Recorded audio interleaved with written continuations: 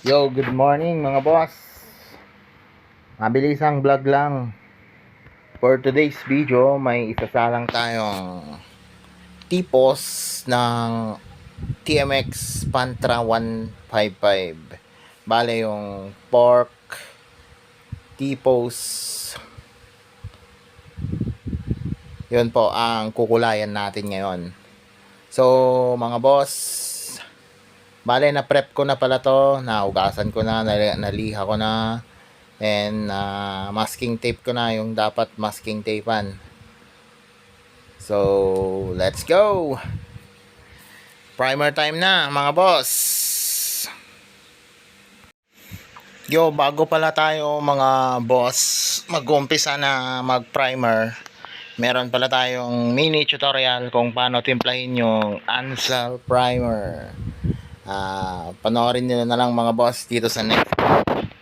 Yan po yung components ng gamit natin na primer, yung reducer, andyan po lahat, basahin nyo na lang mga boss. Then meron tayong tutorial mga boss. Okay, yo, what's up mga bossing. Simpleng tutorial lang pala para sa pagtitimpla ng primer, Ansal primer. Sample sa Mio Sporty. Bale 20 ounce pala to. Mixture mo dito is ito yung primer. Yan. Tapos hatiin mo to sa tatlo. Ayan. Bale 1, 2, 3 hanggang hindi to. 1, 2, 3. Ngayon, ito yung primer mo. Yan. Ito yung primer. Ngayon, kung gaano karami to, ganun din karami yung reducer mo. Thinner. Tapos, yung catalyst mo, di ba, tatlong part ito. Yung isang part nito, ito. Yan, kadami yung hardener mo. Para, sample, abot na siya dito. Yan. Ito, kasya na to. Sample sa Mio Sporty na kaha. O, ano, yan. Dapat kung nandito yung primer mo, doon yung reducer mo, ito karami yung hardener mo. Para goods.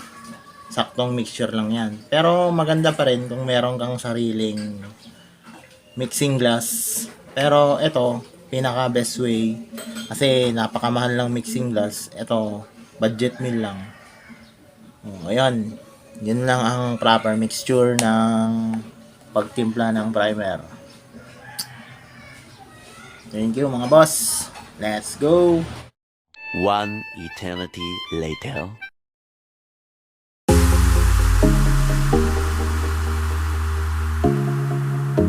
Yon, habang naka-timelapse tayo, shout out muna tayo kay Boss Dieter Kalakala. Ito po yung pride ng Tupac del Sur. Kung nakikita nyo po tong motor na to sa mga motor show, ito po yung pakbongbong, yung pinakamalakas ng tunog. Kung gusto nyong malaman yung set ni Bossing, PM nyo lang. Thank you boss.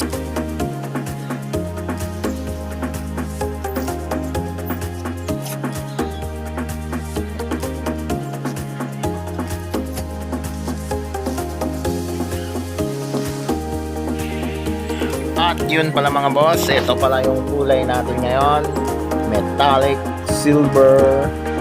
Bale, nag-base na pala ako ng black kasi lulutang talaga ang silver pag naka-base siya ng black mga boss. Yan po yung sikreto niya. Yan, nakakulay na tayo ng metallic silver dito mga boss. Mamaya after 30 minutes mga ganon, tatap coat na tayo. Tapos na yan mga boss. Yan po yung first coating po yan ng clear coat natin mga boss. Yeah. Patayin natin, curing tayo ng 10 minutes. bago second coating.